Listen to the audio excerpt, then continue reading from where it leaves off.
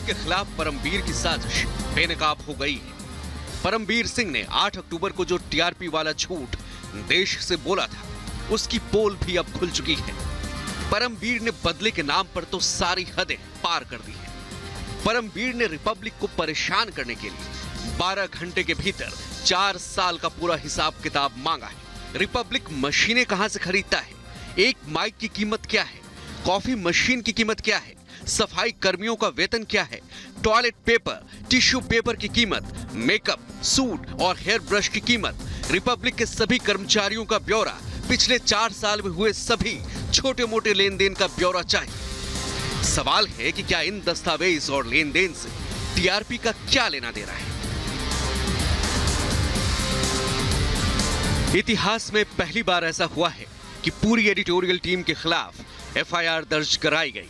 Republic के 1000 से ज्यादा कर्मचारियों को एफआईआर से डराने की कोशिश की गई, लेकिन पत्रकारिता और पत्रकारों को एफआईआर से डराने वाले ये जान ले कि एफआईआर से और धमकियों से वो डरते हैं जिसने कोई डरने वाला काम किया है।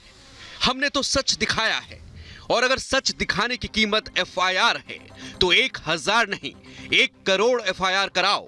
हम एफआईआर से डरने वाले नहीं हैं। पूरी एडिटोरियल टीम के खिलाफ एफआईआर कर दिए, एंटायर एडिटोरियल स्टाफ। सच से हारी महाराष्ट्र सरकार अब रिपब्लिक नेटवर्क के खिलाफ एफआईआर वाली साजिश कर रही है, लेकिन उद्धव सरकार और महाराष्ट्र पुलिस ये जान लें कि हम ऐसे एफआईआर और हमलों से डरने वाले नहीं हैं। महाराष्ट्र सरकार और मुंबई पुलिस को रिपब्लिक के खिलाफ कोई सबूत नहीं मिले तो पूरी सोनिया सेना बौखला गई है। रिपब्लिक के 1000 पत्रकारों पर एफआईआर की गई। जब हमने इस एफआईआर को लेकर महाराष्ट्र के गृह मंत्री से सवाल पूछा तो देशमुख सवालों से भाग खड़े हुए। इतना ही नहीं, रिपब्लिक के रिपोर्टर से मारपीट भी की गई। अब आप पत्रकारों को गिरफ्तार करेंगे, पत्रकारों को जेल में डालेंगे।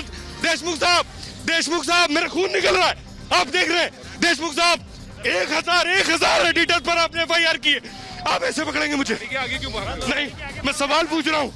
महाराष्ट्र सरकार के पास कोई जवाब नहीं है, क्योंकि सच परेशान हो सकता है लेकिन पराजित नहीं, और रिपब्लिक सच्चाई के साथ खड़ा रहता है, खड़ा है और खड़ा रहेगा।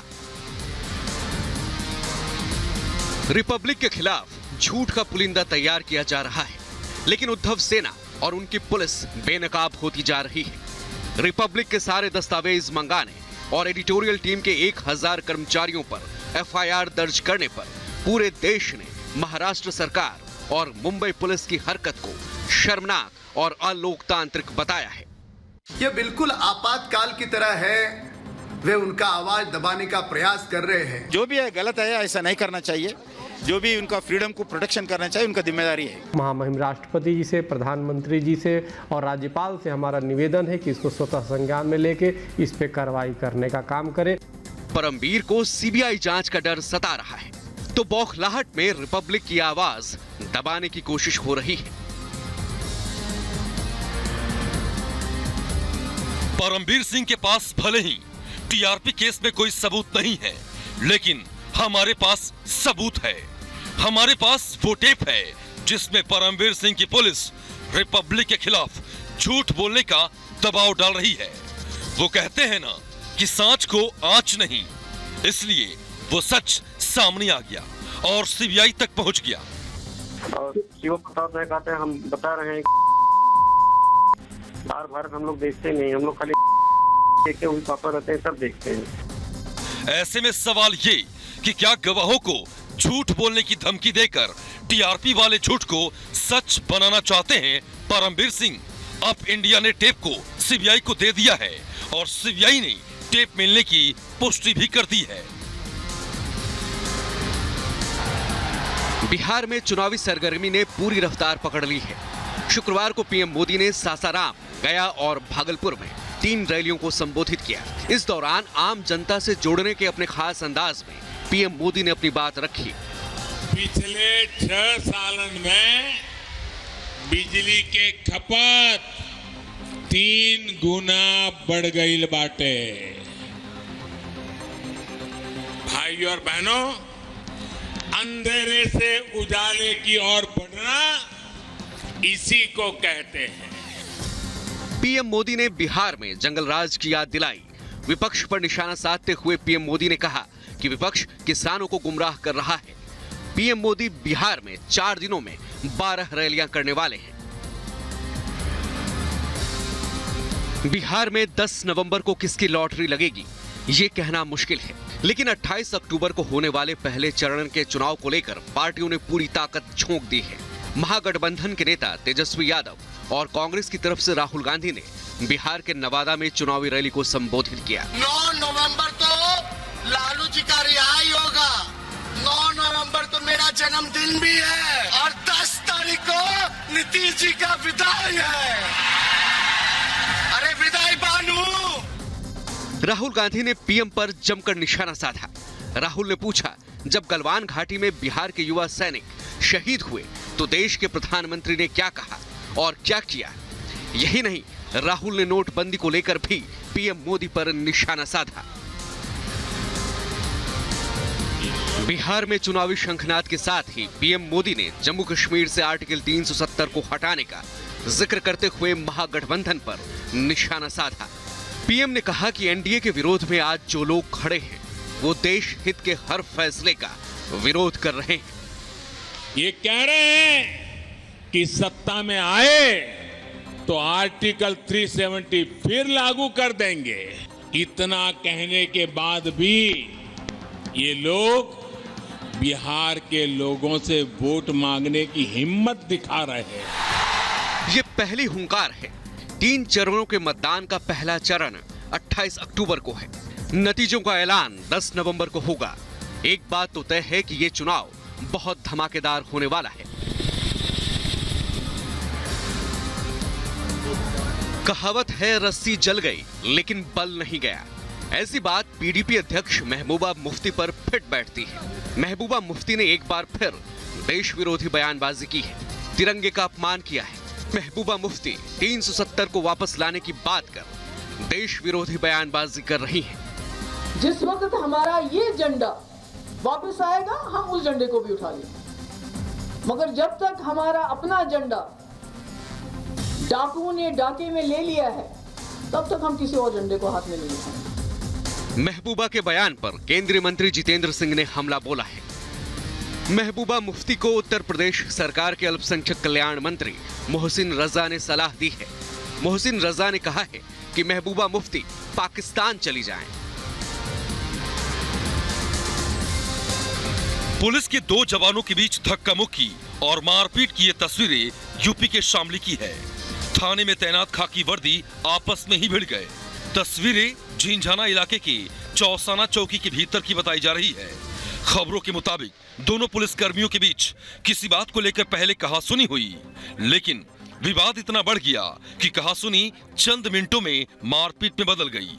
धक्का मुक्की होते ही वहां मौजूद बाकी पुलिस कर्मियों में हड़कंप मच गया। आनन फानन में वहां मौजूद लोगों ने बीच बचाव किया और आपस में लड़ रहे दोनों सिपाहियों को शांत करवाया। मारपीट की ये तस्वीरें सोशल मीडिया पर वायरल होने के बाद शामली के एसपी ने वीडियो की जांच के आदेश दिए हैं और कहा है दोनों पुलिस कर्मियों पर कड़ी कार्रवाई की जाएगी। धक्का मुक्की की ये तस्वीरें यूपी के कानपुर के कल्याणपुर की है। सीसीटीवी तस्वीरों में आप साफ देख सकते हैं कि आधा दर्जन दबंग किस तरह एक रिटायर्ड दारोगा और उसके बेटे की जमकर पिटाई कर रहे हैं। दरअसल पूरा मामला घर के बाहर बने चबूतरे पर कूड़ा रखने को लेकर है। दबंग की मां को दारोगा ने घर के बाहर चबूतरे पर कूड़ा रखने से मना कर दिया था, जिस पर दबंग को गुस्सा आ गया और उसने दबंगई दिखाते हुए अपने आधा दर्जन दोस्तों को बुला लिया और रिटायर्ड दारोगा के घर में घुसकर उसे पीट दिया। इतना ही नहीं, दबंग यही नहीं रुके, दबंगों ने बीच बचाव करने आए पूर्व दारोगा के बेटे की भी जमकर पिटाई कर दी। मारपीट की ये पूरी वारदात सीसीटीवी कैमरे में रिकॉर्ड हो गई। अब पीड़ित पूर्व दारोगा ने कल्याणपुर पुलिस से न्याय की गुहार लगाई है। दशहरा आने वाला है। दशहरे से पहले रावण के पुतलों की बड़ी मांग होती है रामलीला के लिए, लेकिन इस बार पुतला कारोबार काफी मंदा है। कोरोना की मार यहाँ भी देखने को मिल रही है। दिल्ली के रामलीला मैदान समेत अलग अलग इलाकों में ये पुतले बनाए जाते हैं, लेकिन इस बार इनकी बिक्री काफी कम है। पुतले तैयार हैं लेकिन खरीदार नहीं है। इस साल तो समझो 25 साल में तो ये पहला फर्स्ट टाइम है कि समझो कि बहुत ही कम रावण बनाया हमने, ऑर्डर के ही बनाए हैं। रामलीला भी कम हुई है। इस साल बनाया कम है क्योंकि एक तो कोरोना हो गया, फिर लॉकडाउन भी था, अब लोगों पे पैसे नहीं है शायद, इसलिए वो लेना भी नहीं चाह रहे हैं। दशहरा सामने है, लेकिन इस साल कोरोना का साया त्योहारों पर भी पड़ा है। त्योहारों की रौनक फीकी पड़ गई है। बिहार के सियासी रण में चुनाव प्रचार का बिगुल फूंकने के बाद पीएम मोदी आज गुजरात में 3 अहम परियोजनाओं का करेंगे उद्घाटन। वीडियो कॉन्फ्रेंसिंग के जरिए पीएम मोदी गुजरात में 3 अहम परियोजनाओं की शुरुआत करने वाले हैं। प्रधानमंत्री कार्यालय की ओर से जारी एक बयान में कहा गया है कि मोदी गुजरात के किसानों के लिए किसान सूर्योदय योजना की शुरुआत करेंगे।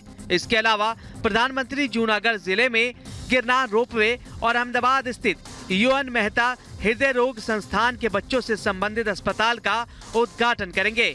पीएम मोदी सदर अस्पताल में टेली कार्डियोलॉजी के लिए मोबाइल एप्लीकेशन सुविधा का भी उद्घाटन करेंगे। सौराष्ट्र क्षेत्र के जूनागढ़ के निकट गिरनार पहाड़ी पर हाल ही में रोपवे बनकर तैयार हुआ है। पहाड़ी के ऊपर मां अंबे का मंदिर है। महाराष्ट्र में कोरोना की वजह से पहले लॉकडाउन से ही मंदिरों पर ताला लगा है। उद्धव सरकार महाराष्ट्र में एक-एक कर सभी चीजों से पाबंदियां हटा रही है, लेकिन करीब 6 महीने से ज्यादा का वक्त बीत जाने के बाद भी मंदिरों में अभी भी ताला है। गणेश चतुर्थी और फिर नवरात्रि जैसे बड़े त्योहारों में भी मंदिरों में भक्तों को भगवान के दर्शन नहीं हुए। प्रदेश के साधु संतों का साफ कहना है कि जब मॉल और शराब की दुकानें जैसी जगहें जहां अच्छी खासी भीड़ होती है उनको खोला जा रहा है, तो फिर मंदिरों को बंद रखने की क्या वजह है? संतों के मंदिर खोलने की मांग को विश्व हिंदू परिषद का साथ मिल गया है, जिसके बाद संतों ने विश्व हिंदू परिषद के साथ पूरे प्रदेश में आंदोलन का बिगुल फूंक दिया है। बिहार के सियासी संग्राम में सियासी दलों ने अपनी पूरी ताकत झोंक दी है। पीएम मोदी की रैली के बाद बिहार में सियासी संग्राम और दिलचस्प हो चुका है। एनडीए की ओर से आज सियासी प्रचार की कमान संभालेंगे बीजेपी अध्यक्ष जेपी नड्डा।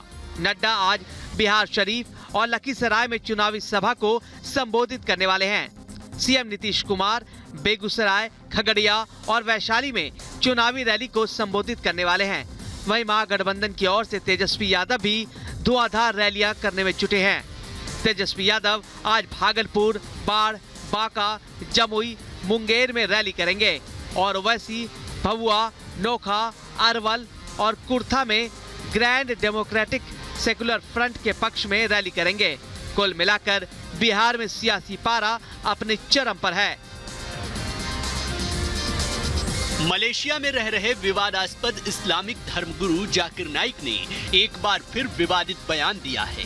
जाकिर नाइक ने कहा है, पैगंबर की आलोचना करने वाले भारतीयों को जेल में डालें मुस्लिम देश।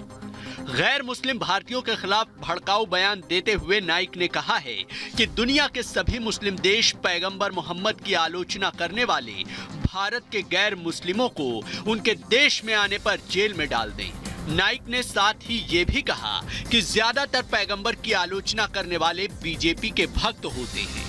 जाकिर नाइक ने सऊदी अरब, इंडोनेशिया समेत मुस्लिम देशों का आह्वान किया कि वे इस तरह के भारतीय लोगों का एक डेटाबेस बनाएं ताकि वे जब इस्लामिक देशों की यात्रा करें तो उन्हें गिरफ्तार किया जा सके।